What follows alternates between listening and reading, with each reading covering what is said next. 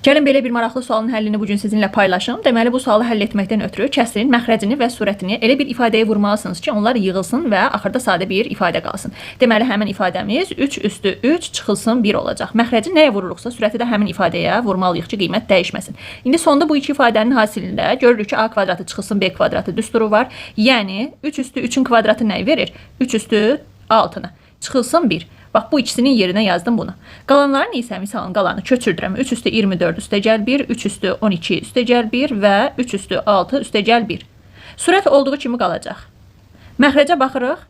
Məxrəcdə yenidən bunlar ikisi bizə kvadratlar fərqini verir. Gəlin elə birbaşa nəticəsini bura yazım. 3 üstü 6-nın kvadratı 3 üstü 12 çıxılsın 1 eləyəcək. Hər dəfə köçürmək istəmirəm deyə birbaşa bura yazacağım.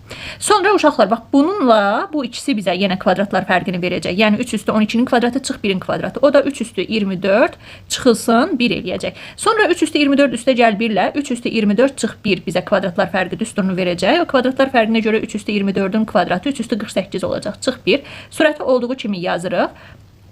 Və ixtisarlarımız gedir. Yekunda qalır 3 üstü 3 çıx 1, yəni 27 çıx 1, 26.